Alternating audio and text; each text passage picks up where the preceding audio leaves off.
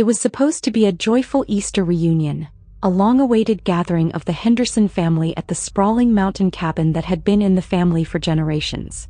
This year, however, beneath the festive veneer of painted eggs and shared laughter, a sinister undercurrent began to unravel secrets that no one had expected. The cabin, an imposing wooden structure tucked away in the highlands of Vermont, had seen better days. Its creaking floors and faded wallpaper echoed with memories of happier times, a time when family stories were shared by the fireplace and laughter filled the long, cold nights. Every Easter, the Hendersons would converge here, leaving behind their busy lives in the city to reconnect and celebrate traditions passed down through the years. This particular Easter reunion brought together over 20 family members, cousins, uncles, aunts, and even estranged relatives who had never met. The mood was buoyant, and as the family gathered in the grand dining hall decorated with pastel bunting and hand-painted eggs, there was a palpable sense of nostalgia mixed with excitement for the weekend ahead. At the head of the table sat Evelyn Henderson, the matriarch of the family. With her silver hair neatly tied back and a stern yet kind expression, she was the keeper of family lore and the organizer of this reunion. Her eyes, however, betrayed a hint of worry, an unspoken secret that had haunted her for years. Easter morning dawned bright and clear, and the family eagerly gathered for their annual egg hunt in the expansive grounds surrounding the cabin. Children squealed with delight as they dashed across dew-covered lawns in search of hidden treasures. The eggs, intricately painted by various family members over the years, were scattered in seemingly random places, each one a tiny work of art and a symbol of hope and renewal. But as the hunt began, subtle signs of unease emerged. In one corner of the garden, near an old stone wall, a bright red egg lay on the ground, uncharacteristic among the pastel hues that dominated the scene. Its vibrant color was almost jarring, and when little Tommy Henderson picked it up, he found a small handwritten note tucked inside. "Some truths can't be hidden forever." The note was passed from hand to hand, and whispers of confusion and discomfort spread through the group. Some dismissed it as a prank, a mischievous joke by one of the younger cousins. But Evelyn's face grew even more troubled when she read it. Something in her eyes spoke of deep, unspoken fear. Later that afternoon, as the family gathered around the crackling fireplace in the cabin's common room, old stories began to resurface. Conversations turned to the past, a reunion held nearly 20 years ago, a scandal that had rocked the family to its core. It was a topic that Evelyn had always skirted around, but the cryptic note in the egg hunt had forced the issue. In hushed tones, a few family members recalled that during a previous reunion, a mysterious disappearance had occurred. A cousin named Richard had vanished without a trace after a heated argument with a relative, and though the police investigation had long since gone cold, suspicions had never fully dissipated. Some believed that Richard's disappearance was linked to a secret feud over an inheritance that had divided the family. Others whispered that someone among them harbored a deep resentment, a desire for revenge that had festered over the years. As these memories stirred up old wounds, strange things continued to occur throughout the evening.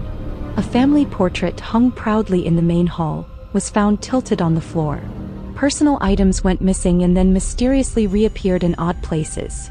A silver pocket watch left on the mantel, a brooch tucked inside a vase, and even a single glove that no one could account for. Each incident, though minor on its own, contributed to a growing atmosphere of suspicion. As dusk fell, the cabin was bathed in a melancholic glow, its long shadows stretching across rooms that suddenly felt claustrophobic. Tension simmered beneath forced smiles and polite conversation. The once joyful reunion had become a minefield of unspoken accusations and half-remembered grievances. Evelyn took it upon herself to address the gathering in the dining room, where everyone had reluctantly assembled for dinner. "I know many of us have been troubled by recent events," she began, her voice wavering ever so slightly.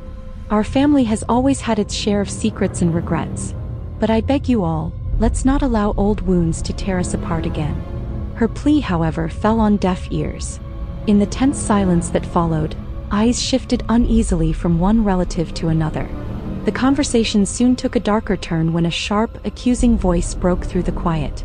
"You know," said Simon, a cousin known for his quick temper, "it's always been someone in this family who couldn't handle the truth. Someone who wanted to silence Richard for good." His gaze locked on his uncle Leonard, whose face turned ashen.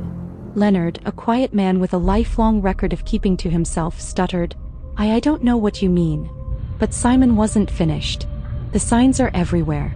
The missing items, the odd notes, someone is trying to send a message. And it wouldn't be the first time we've seen a family member turn against one another. The room fell silent. Eyes darted around the table, each relative wondering if the next accusation would be aimed at them. Evelyn's heart pounded.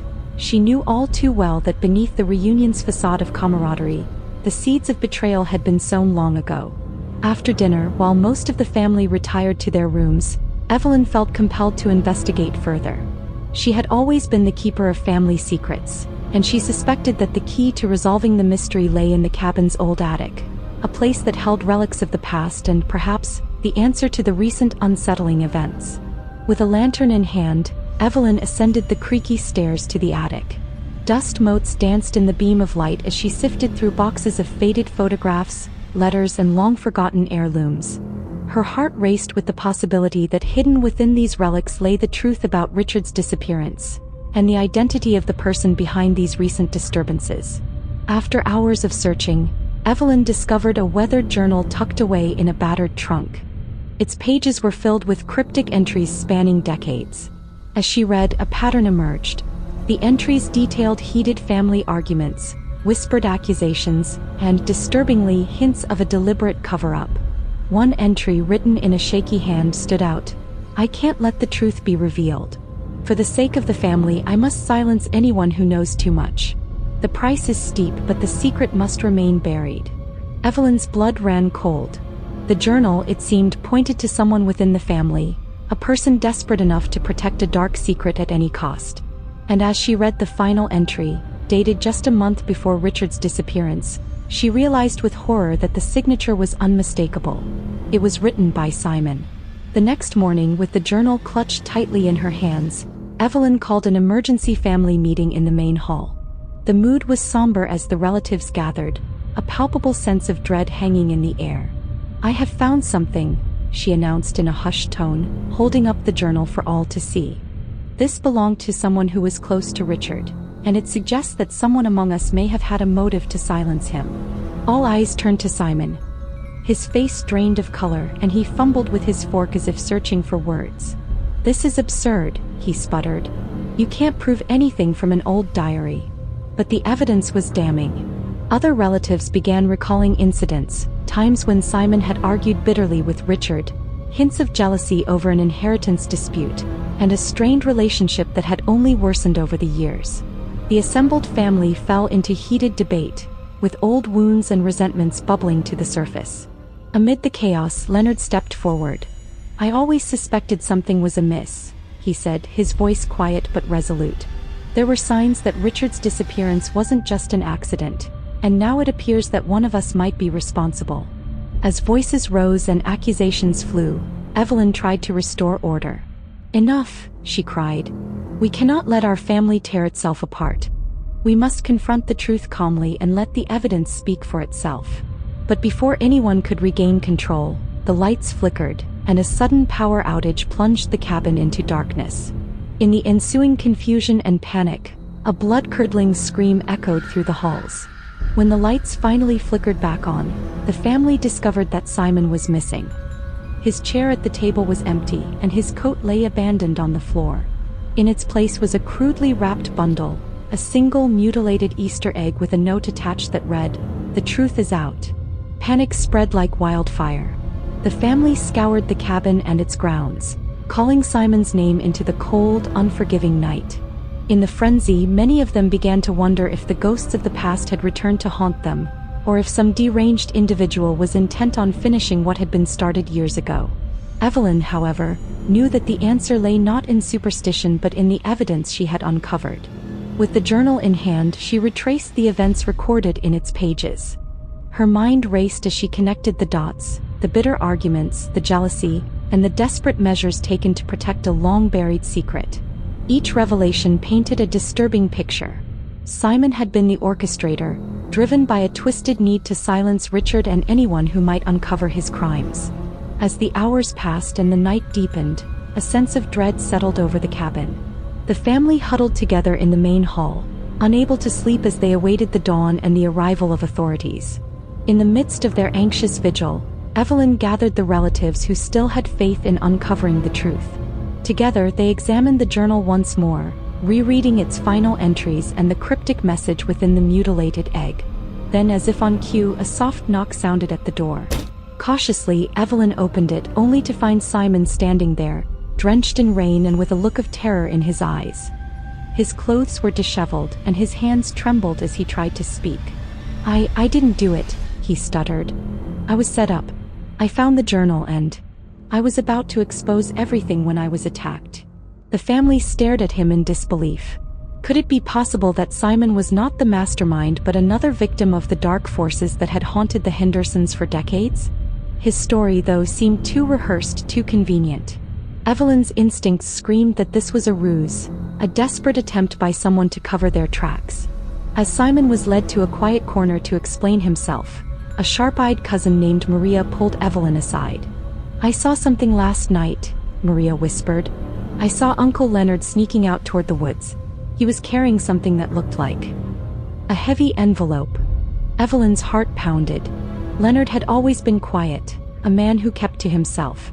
But if Maria was telling the truth, could he have been the one to manipulate the long-standing feud, using the old family scandal as a smokescreen for his own dark deeds?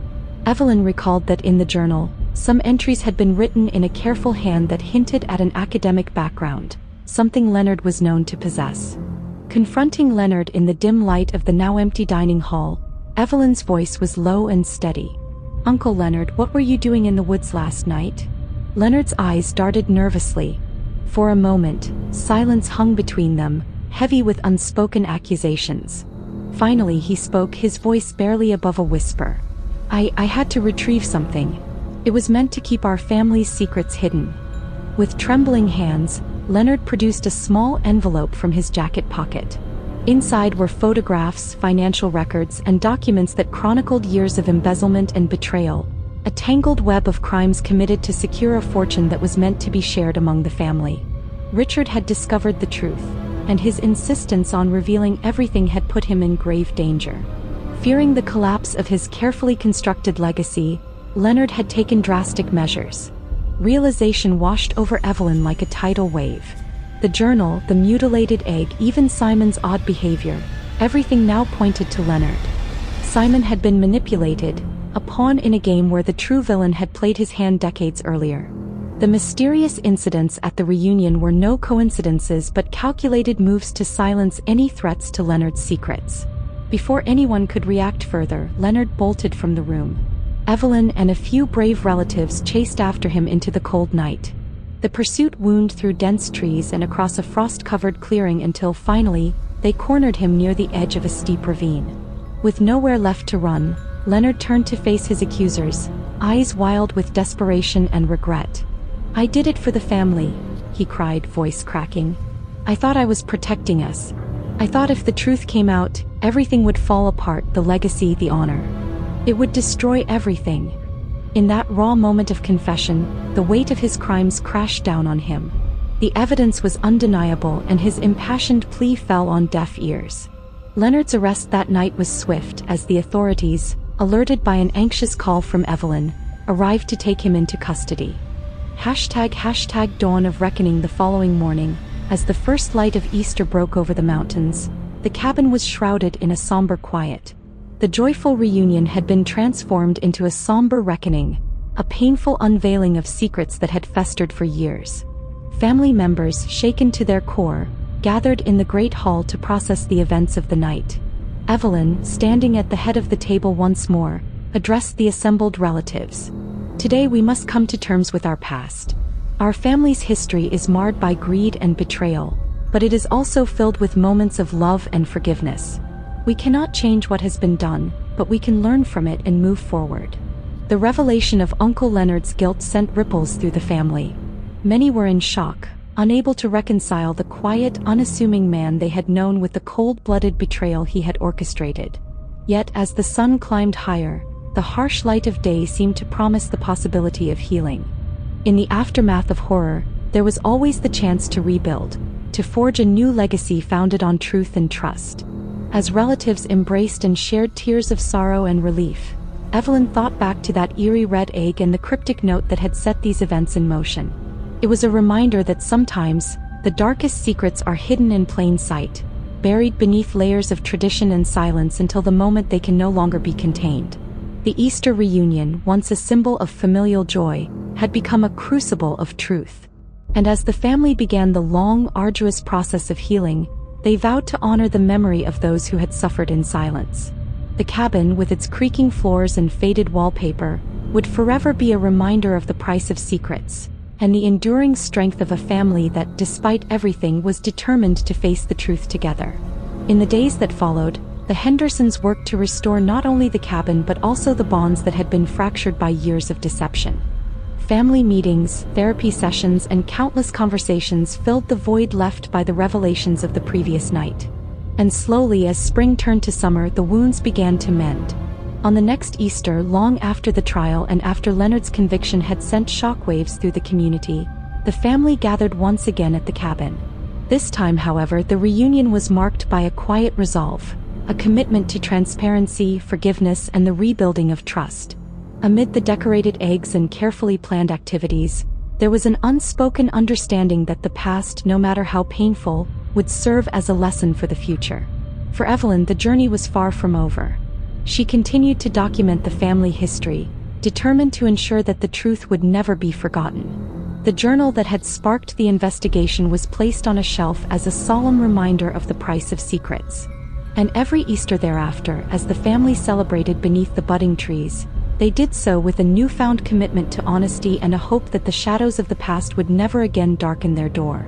Thus, in the twilight of that fateful Easter, the Henderson family learned that even in the midst of betrayal and bloodshed, there can be redemption, and that the truth, however painful, is the only path to a future built on trust. That's it for tonight's tale. But don't worry, there's always more where that came from. Be sure to stay tuned for even more nerve-thrilling horror stories every single week. If you haven't already, hit that subscribe button and join us here at the Hollow Horror. You won't want to miss what's coming next. Until then, stay safe. Or stay scared. See you next time.